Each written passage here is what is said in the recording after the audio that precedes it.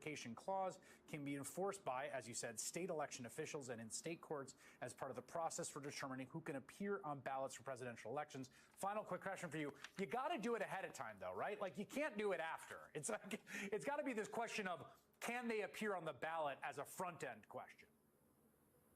That's right. I mean, you can go to try to remove someone from office once they're in office, but that's obviously a much more explosive situation to end up in. Yeah. When you have someone who shouldn't be qualified, you ought to get in there soon. That's what we intend to do, and we hope that, and we trust that courts and that election officials will follow the Constitution. This is a real sleeper issue that we're going to stay on because I think it could be quite explosive as it proceeds. Noah Bookbinder, thank you very much.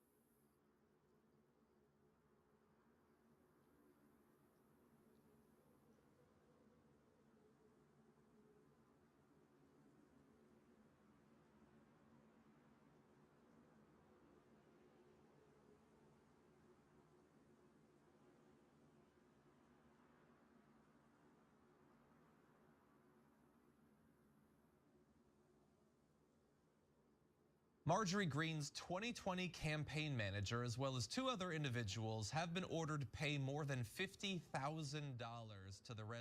to restitution and penalties for their roles in operating a fake, phony, made-up charity that was announced after the tragedy in East Palestine. They set it up supposedly to raise money to benefit people, the community that was being devastated by the tragedy, by the toxins in the air, in the water, in the land that were making people sick, that were killing animals. They raised a bunch of money and they didn't do what they said they were going to do with it. So we have this announcement of settlement by Ohio Attorney General Dave Yost. So in this, Isaiah Wortman and Luke Mahoney of WAMA Strategies must pay more than $22,000 in restitution to a local food bank, as well as $3,000 in investigative costs and fees to Yost's office. So basically what happened is they set up the Ohio Clean Water Fund, collected nearly $149,000 from donors in the aftermath of the February 3rd derailment. And what they did was they did a bunch of text message fundraising solicitations. They sent mass text messages to people, and a bunch of people, to their credit, desperately wanted to help. Like that was in the news for weeks. Lots of people wanted to make sure that the residents of East Palestine got what they needed. And unfortunately, some of them tried to help through this phony made-up charity. And so they said they were going to give the money to the Second Harvest Food Bank. They gave only about $10,000 and pocketed the rest. And I know, look, any charity is going to have operating costs and things like that. You can critique how much they put into their own operations, but they gave much less than 10% of what they raised. This was clearly a scheme to take advantage of the fact that lots of people were horrified by this tragedy and they wanted to personally enrich themselves. So basically the sort of grifting that we see every day, including from people like Marjorie Greene, just in a slightly different form. Yeah, look, I think the word grifting gets thrown around a lot, and I'm a little bit guilty of it myself. But this is an actual, verifiable, proven grift. Give money to help people in a disaster. Just kidding. I'm going to keep over 90% of it. So it just, not only is it stealing, it's stealing from the people who need it the most and the people who were the nicest enough to give. And so, look, I know that unfortunately there's a lot of grifts on a lot of sides these days, okay? But when it comes to Republicans, I'm sorry, but I think you're nuts to give to any Republican because they keep robbing you blind. And I mean, if you're good with it, it's up to you, man. It's a free country. But you remember Steve Bannon's fake wall? His co-conspirators got convicted. Donald Trump pardoned Steve Bannon. They said, oh, we're going to build a wall. Ha, ha, ha, watch these idiots. They'll all give us their money. The people who trust us the most are the ones we're going to rob the most. So give us your money and we'll build a wall. We're not going to build a wall. Then they went and were on a yacht and spent all this money on themselves, etc. And Bannon laughed his ass off at who? Democrats? No. Republican voters who were, unfortunately, trusted him. And look, this is what all of them do. You got George Santos. I mean, this is Marjorie Taylor's campaign manager. It goes on and on. Of course, the granddaddy of them all, Donald Trump. So let me quickly read you things that people have conveniently forgotten. So remember, Donald Trump had a fake university. I mean, just pause and think about that. He ran a fake scam university. It wasn't a university at all. Now, if you're MAGA out there, like, oh, yeah, right, there's no way, man. How would you feel if you know that Donald Trump actually admitted it? So let's tell you what happened. Lawyers filed 3 separate lawsuits from 2010 to 2013 against Trump University for, among other claims, deceptive practices. Donald Trump has agreed to pay a $25 million settlement to the people who attended Trump University in 07, 08, 09, and 2010. He's like, he admitted he ran a scam and he conned these poor people who believed in him. And he says the same thing every time. He's like, oh, these people gave me money. They were big banks and they let me set up casinos and stuff. So of course I robbed them. And when it came time to pay them, I didn't pay my bills. I declared bankruptcy. That's smart business. And MAGA's like, yeah, way to rob the people who trusted you, right? And then people trusted him on a university. He robbed them. By the way, when he started getting campaign donations from you guys, from MAGA, he then increased his rent by 500% in Trump Tower. and said, oh, yeah, my campaign is renting all of this office space in Trump Tower. And conveniently, just now, it went up 500%. Why? Because he's like, bunch of suckers and losers actually believe me. Can you believe that they believe me? And so he started robbing you. He didn't rob the left. No skin off my ass. You want to keep trusting him, go for it. But if you're going to give to a charity of a Republican, be really careful, because I'm going to get one more thing for you. Remember Trump's charity. He also had one of those. President Trump has paid $2 million to 8 charities as part of a settlement in which the president admitted he misused funds raised by Donald J. Trump Foundation to promote his presidential bid and pay off business debts.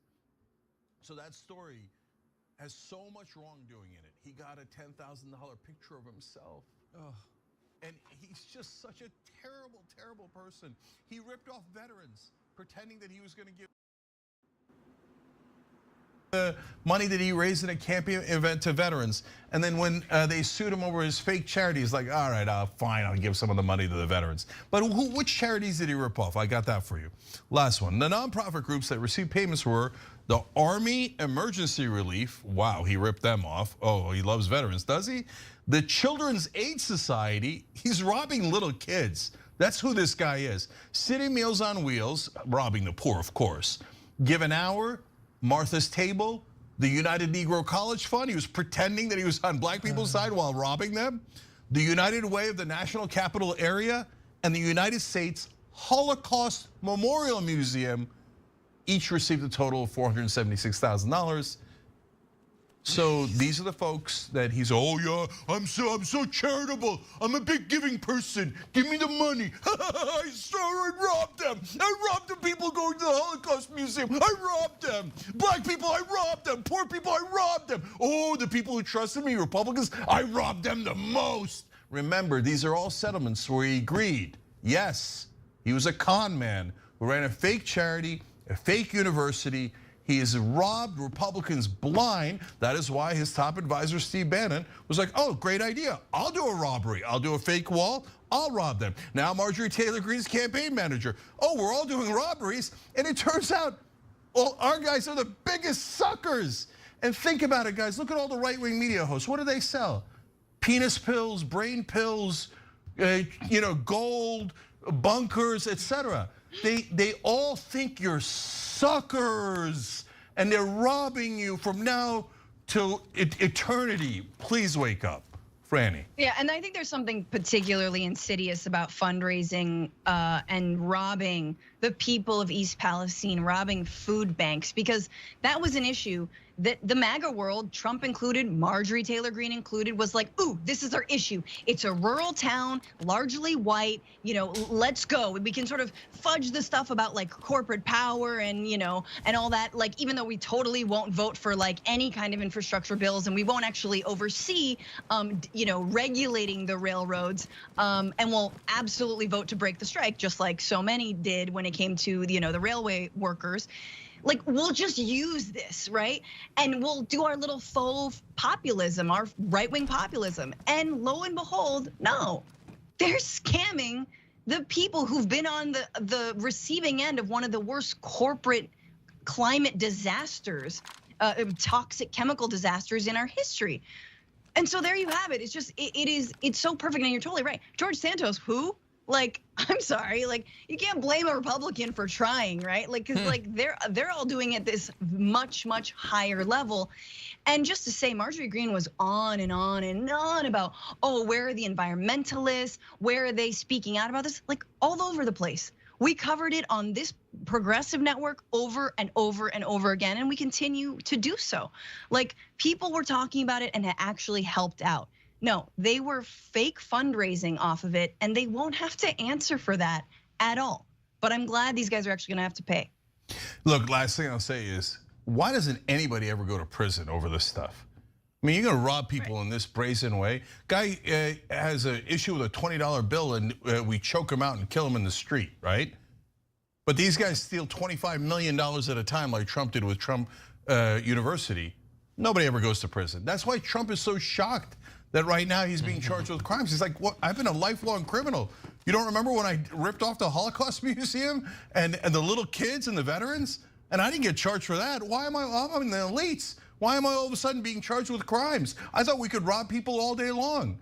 And so I'm not surprised that these other Republicans try to rob the people of East Palestine. Just be careful, man. It's your money. It's your money. Be careful with these thugs and criminals. And what happened with these guys and with Trump? They just, and by the way, with almost every big business, you know, like all the businesses that rip people off, and then all of a sudden, like Rick Scott's former company, the senator from Florida, another Republican, biggest Medicare fraud in American history.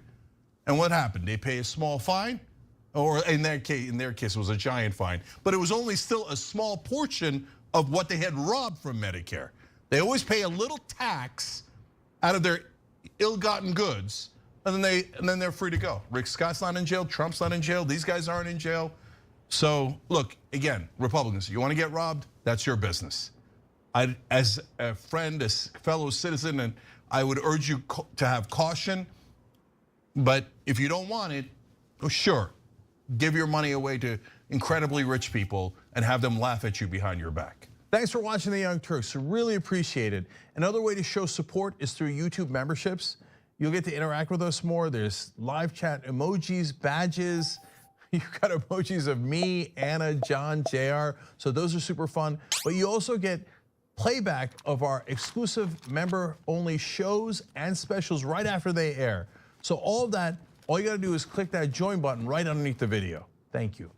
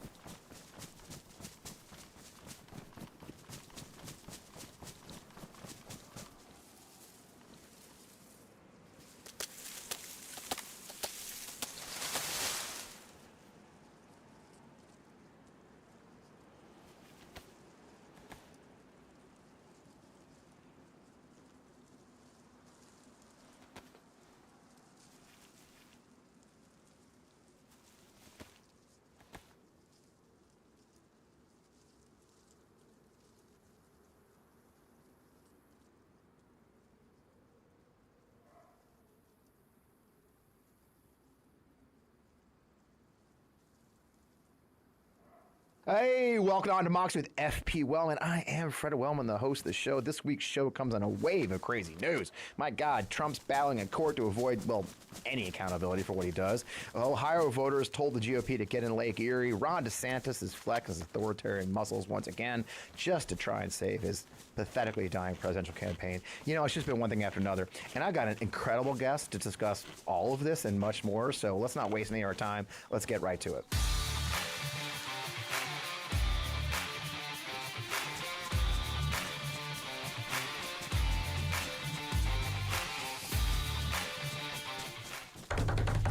Right. Welcome back. There's a little brief musical pause there. I'm still Fred Wellman, even after the music. And this is On Democracy with me, FP Wellman. There's a few people on the internet that I rely on all the time to keep me focused and informed of what's going on in the dark reaches of the right, the news world, all the MAGA industrial complex, if you will. And one of those, of course, is Arent Rupar. And Arent, it just turns out, you know, he gets us the moments we need to see, but also the analysis we need to know. So I'm thrilled to have Arent join the show. Arent is a journalist immersing himself in the madness of the far right every day, broadcasting the lunacy for you all to see. Former politics and policy editor at Vox, associate editor of Think Progress. Now you host your own podcast, the aptly named Arent Rupar Show, and your fast-growing Substack, Public Notice, which I'm a paid subscriber to, Arent, I have you know. Thank you. It's good to be. Welcome to the show, man. Glad to see you. Yeah, thanks for having me. My pleasure. This is great. We've been hanging out on Twitters for so long. You know, the thing I love with this show, so if you haven't caught the show before, one of my jokes I've been making since, well, nobody watched us before, right, Matt? But people actually watch the show now, was that I really just do this show to talk to cool people. And so that's why, you know, like, oh, I got an excuse to talk to them, you know. Now people watch. It's really cool. So welcome to Maya's Touch Network. Welcome to have you. I guess we start off because we're, you know, it's been an interesting week just politically, right? The Ohio results came out. The crazy situation, right, where they try to jam in an August election and frame it. But, you know, I think, you know, did you see some of the crazy stuff they were trying to spin to stop? And for those who don't know, I guess we'll start there, is that Ohio just had issue 1, special election, basically trying to make it nearly impossible to put something on their ballot initiative, and it failed miserably. I mean, what's your thoughts on this? You just see that you watched that campaign unfold, right? Yeah, well, you know, I think it shows that every single time Republicans put abortion on the ballot in one form or another, you know, they're losing. And, right.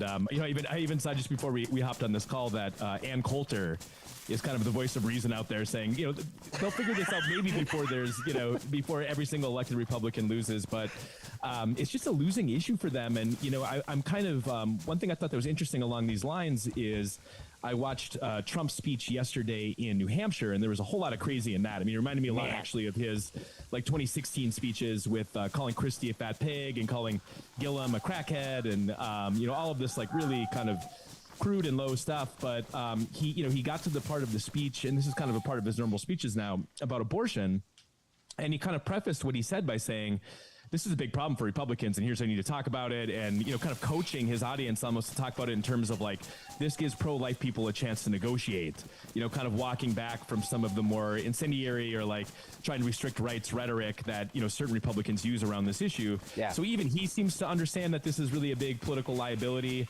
But, you know, Ohio, DeWine, the governor there, won by like 20 points recently, and, you know, this ballot measure went down by about 20 points. And so it shows that to the extent that, you know, Democrats can make 24, you know, especially in 24, can make this next election cycle about reproductive rights, it really seems to be a winning issue for them and a losing issue for Republicans. And, you know, even more so, I think, given that this was an August kind of off cycle. I mean, I you know, maybe in some ways that makes drawing conclusions kind of more difficult, because I'm not quite sure if the right interpretation is that more energizes the pro-choice people, or if that energizes the, you know, the anti-choice people. I'm not quite sure on that, but the fact that it went down so resoundingly, I think, is very significant. And then, you know, another thing I'll just note on this is that the Ohio Secretary of State was on Fox and Friends this morning.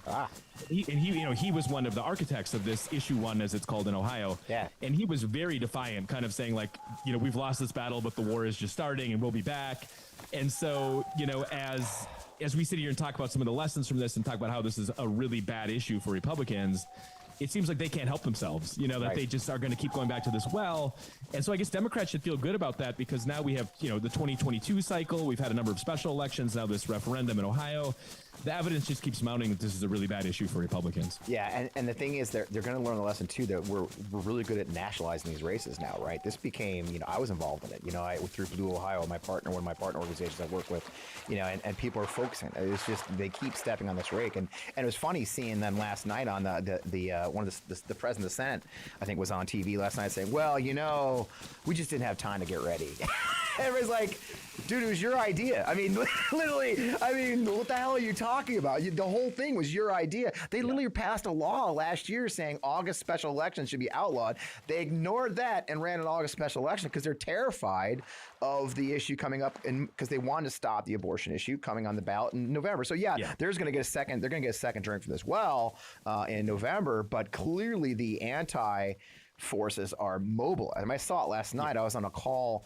We had a group call for Blue Ohio, which is my partner David Pepper, who's a former guest of the show and runs Blue Ohio. And man, Nancy Pelosi showed up, Gavin Newsom showed up, Jamie Harrison showed up. I mean, this is an issue. And when you've got a state where Biden lost by 8 points 3 years ago, and now this issue loses by 14 3 years later.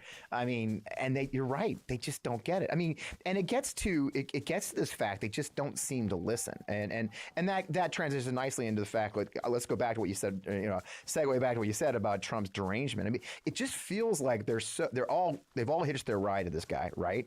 They're no matter, literally what Marjorie Taylor Greene yesterday said, if he's in jail, I'm voting for him, right? I mean, oh yeah. But does he seem, like you said, you touched on it a little bit earlier, does he seem more deranged than Lou? I mean, or is it a new playing the hits? I mean, it is almost playing the hits. It's really more playing the hits. Yeah. I would say that there's an element now with his speeches where they're so he's so wrapped up in his own legal problems now that's like a huge chunk of his speech. And it does kind of dovetail with a lot of the other issues that he likes to talk about, the deep state, draining the swamp. So like, it's not kind of like out there on an island by itself.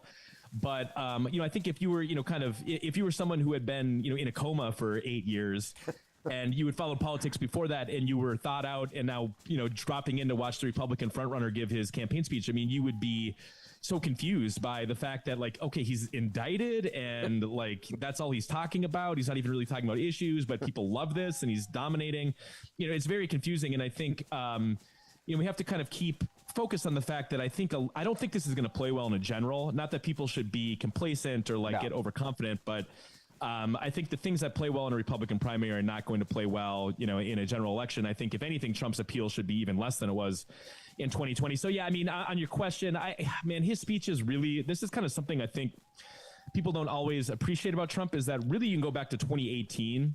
His speeches basically from 2018 to now, so what are we at, 5 years?